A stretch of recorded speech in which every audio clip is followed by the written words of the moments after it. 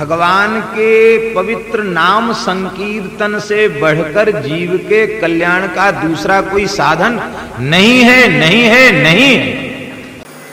भगवान शंकर का पार्वती जी को उद्बोधन है, जपात सिद्धिर जपात सिद्धिर जपात सिद्धिर वरानने।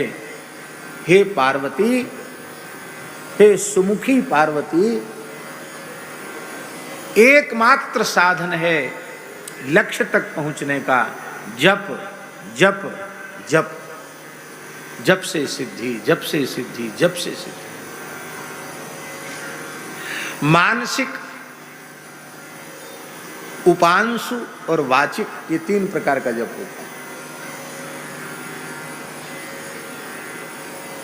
मानसिक भी करना चाहिए, उपांशु भी करना चाहिए, जिसमें होठ हिलते हैं, जीभ थोड़ी थोड़ी भीतर हिलती है, पर बाहर किसी को सुनाई नहीं पड़ता। पर एक वाचिक भी होता है जिसमें अपने को सुनाई भी पड़ता, अपने जो नाम बोलते हैं वो सुनाई पड़ेगा, वाचिक। तीनों प्रकार का जप, तीनों की अलग अलग महिमा है। हमने महात्माओं से सुना है कि 3 मकार को एक करके जपो। 3 मकार कौन कौन है? एक मकार है मन,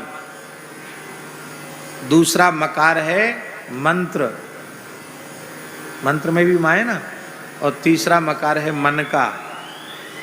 ये मन का, इस दाने को क्या कहते हैं? मन का कहते हैं। कर का मन का डार दे, मन का हेर, मन का कहते साधुओं में इसको। तो मन, मंत्र और मन का, इन तीनों मकारों को एक करो तो जप शुरू हो जाएगा।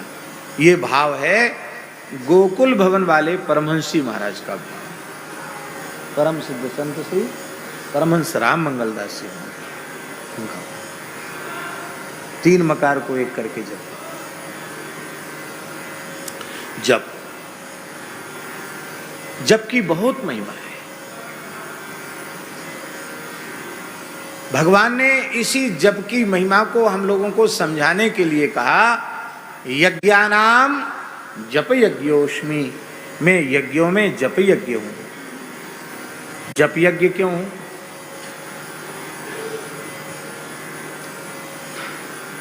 आप कोई यज्ञ करेंगे, श्रौत यज्ञ करो, स्मार्त यज्ञ करो, कोई भी यज्ञ करोगे तो यज्ञ भूमि की जरूरत पड़ेगी,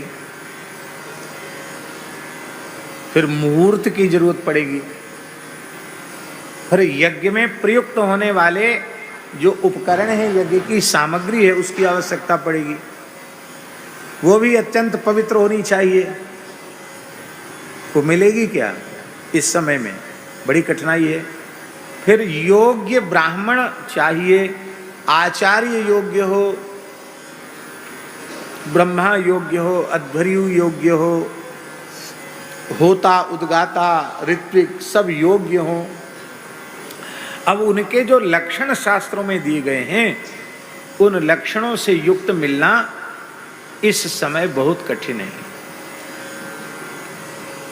और मान लो हमने ये सब कर भी लिया और करने के बाद भी कोई एक छिद्र रह गया, तो वाल्मीकि रामायण में लिखा है, छिद्रम ही मृगयन्ति स्म विद्वांसो ब्रह्म राक्षसाः। वाल्मीकि महर्षि कह रहे हैं, विद्वान ब्रह्म राक्षस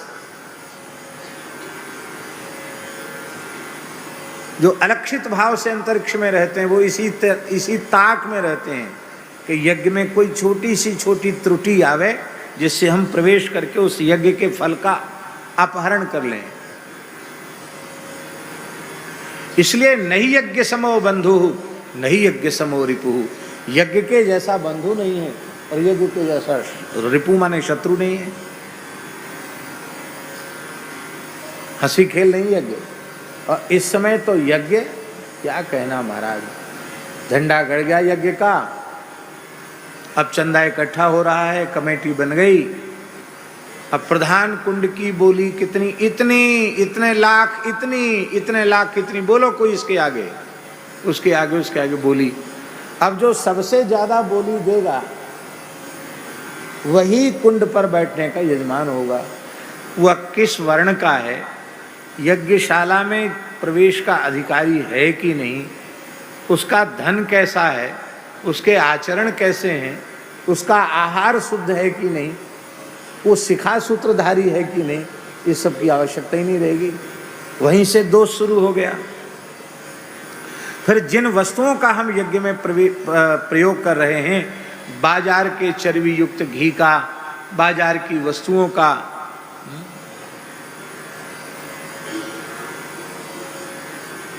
एक यज्ञ में, स्थल का नाम हम नहीं लेंगे, बहुत बड़ा यज्ञ था, उस यज्ञ में साकिल्य बनाया गया और तैयारी सब घी की थी, बढ़िया अच्छा घी, गाय का घी।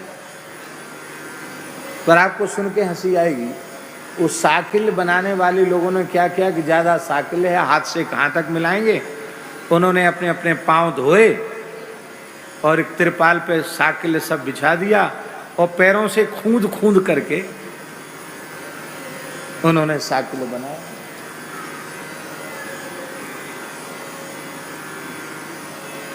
ये महात्मा लोग बड़ी गुप्तचरी करते हैं। वो हमारे यहाँ के कोई महात्मा साथ थे, वो घूमते हो रहे, महाराज जी ऐसे ऐसे हो रहे हैं। तो बहुत गलत बात है भाई, अब साकिल्य तैयार हो रहा है ऐसे ऐसे तो कहीं देखा नहीं। हमने कहा भाई तो अनुचित है। तो लोगों ने पूछा महाराज अब क्या करें, कल से यज्ञ है, अग्नि स्थापन है, कहाँ से आएगा, कैसे करेंगे, इस पर थोड़ा गंगा जल छीट दें। हमने कहा भाई हमसे मत पूछो, जो तुम्हारा मन हो सो करो। हम तो कथा कहने आए हैं, थोड़ी देर कथा करके चले जाएंगे। आपका जो मन हो, जैसे आपकी व्यवस्था हो वैसा। हम इस संबंध में कोई निर्णय नहीं दे। नहीं नहीं महाराज जी आपको तो कहना पड़ेगा। ज़्यादा पीछे पड़े तो कहा, हमने तो कहा कि सब सामग्री विसर्जित कर दो, खोजने से भगवान मिल जाते हैं, वस्तु क्यों नहीं मिलेगी, आप खोजो, तैयारी करो, घी लाओ, खर्च की परवाह मत करो, लेकिन यदि करो तो ठीक से करो। एक जगह, वहाँ का भी नाम नहीं लेंगे, राजस्थान की बात है,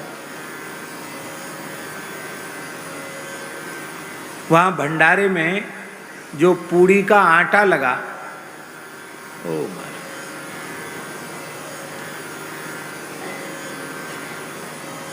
ऐसे पैर से खूंद रहे थे आटा,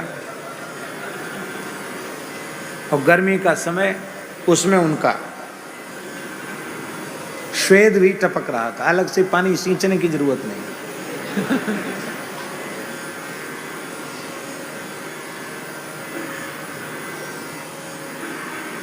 हमने कहा भाई धोखे से भी हमारे साथ वाला, दूल्हे महात्माओं को तो पहली पंगत महात्माओं की होगी, हमने कि हमारे महात्मा तो दाल रोटी खाएंगे, भंडारे की पूड़ी पुआ कुछ नहीं खाएंगे।